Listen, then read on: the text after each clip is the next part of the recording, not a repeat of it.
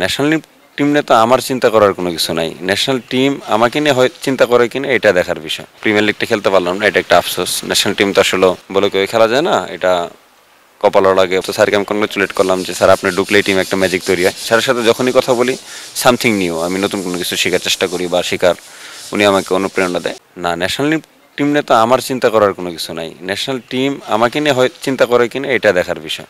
তো আমি national team নিয়ে চিন্তা করতেছি না। তো আমার এখন চিন্তা হচ্ছে বিপিএলে ভালো খেলা, তারপর ওটা ন্যাশনাল টিম যদি আমাকে চিন্তা করে তাহলে। সালাউদ্দিন স্যার যখন আগেও ছিলেন ন্যাশনাল টিমের সহকারী কোচ, উনি কিন্তু তখন ওয়েস্ট ইন্ডিজ যে 3-0 একটা টুর্নামেন্ট হয়েছিল। তো আমি স্যারের সাথে একটু আগেই কথা বললাম, তো স্যারকে আমি কংগ্রেচুলেট করলাম যে স্যার আপনি ঢুকলেই টিম একটা ম্যাজিক তৈরি হয়। কারণ স্যারের যে প্লেয়ারদের সাথে মিশার যে ক্ষমতা বা প্লেয়ারদের সাথে যে একটা আন্ডারস্ট্যান্ডিংয়ের ব্যাপার, এটা আসলে চমৎকার। তো আমার এই জিনিসগুলো স্যারের সাথে খুবই ভালো লাগে। স্যার এত বড় মাপের একটা কোচ আর আমি এত ক্ষুদ্র একটা প্লেয়ার, কিন্তু তারপর আমাদের মধ্যে যে আর কি একটা আন্ডারস্ট্যান্ডিং বা কথা বলার যে একটা মানে ফ্রিডম, তো এটা আসলে স্যারের কাছ থেকে পাওয়া যায়। তো আমার কাছে মনে হয় যে পারফর্ম করার ক্ষেত্রে এই জিনিসটা অনেক গুরুত্বপূর্ণ ভূমিকা পালন করে। তো হোপফুলি স্যারের যেহেতু ন্যাশনাল টিম আছে, তা আমি বিশ্বাস করি যে বাংলাদেশ ন্যাশনাল টিম ঘুরে দাঁড়াবে। আপনার সঙ্গে দারুণ একটা কেমিস্ট্রি আছে আমরা যতটুকু জানি, বা আপনার পেছনের অন্যতম কারিগরও বলা যায়। নেট বলার থেকে যেভাবে আপনাকে আসলে তৈরি করেছিলেন, এরপর বিপিএলে দল পাওয়া, আপনার এই সময় আসলে তার সঙ্গে কী কথোপকথন হয়েছিল সেই সময়টা? না, অবশ্যই স্যার তো আমাকে নিয়ে অনেক কাজ করছে, কাজ করার পিছনে তো এটা তো গুরুত্বপূর্ণ অবদান রাখছেন। তো আমি স্যারের অবশ্যই সবসময় স্যারের প্রতি কৃতজ্ঞ। আর স্যারের সাথে আমার সবসময় একটু ক্রিকেট নিয়েই কথা হয়, ক্রিকেটের বাইরে কথা খুব কমই হয়। বাট তারপরও আমার একটু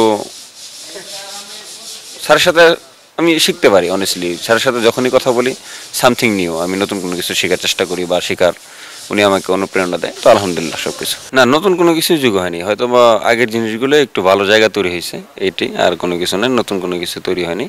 তো আর আপনি যে লাকির ব্যাপারটা বললেন, তো লাক আনলাক এটা আসলে ওরকম কোনো কিছু না, এটা আনলাকিও বলা চলে। কারণ আমি প্রথমবার যখন ACL ইঞ্জুরিতে পড়ি তখন এই সিলেট স্টেডিয়ামে পড়ি।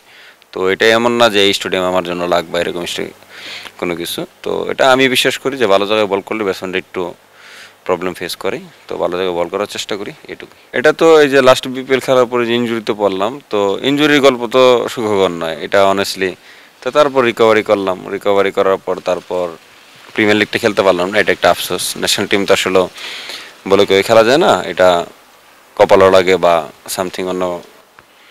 তো আমার কাছে মনে হয় যে প্রিমিয়ার লিগটা খেলতে পারলে হয়তো বা আমি আরেকটু দ্রুত কামব্যাক করতে পারতাম। তো প্রিমিয়ার লিগ খেলতে পারিনি, খেলতে না পারার কারণে পরে আমি টাইগার্স ক্যাম্পে ছিলাম, তো ওইখানে একটা ভালো প্রিপারেশন নেওয়ার সুযোগ হয়েছে।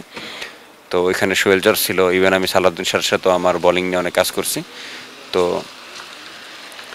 বাবুল স্যারও ছিলেন, তো তাদের সাথে কাজ করে নিজেকে আর কি ইমপ্রুভ করার চেষ্টা করছি। তো অনেক অনেক ধন্যবাদ ক্রিকেট 97-এর পক্ষ থেকে, অনেক গুরুত্বপূর্ণ সময় দিয়েছেন। ওকে, থ্যাংক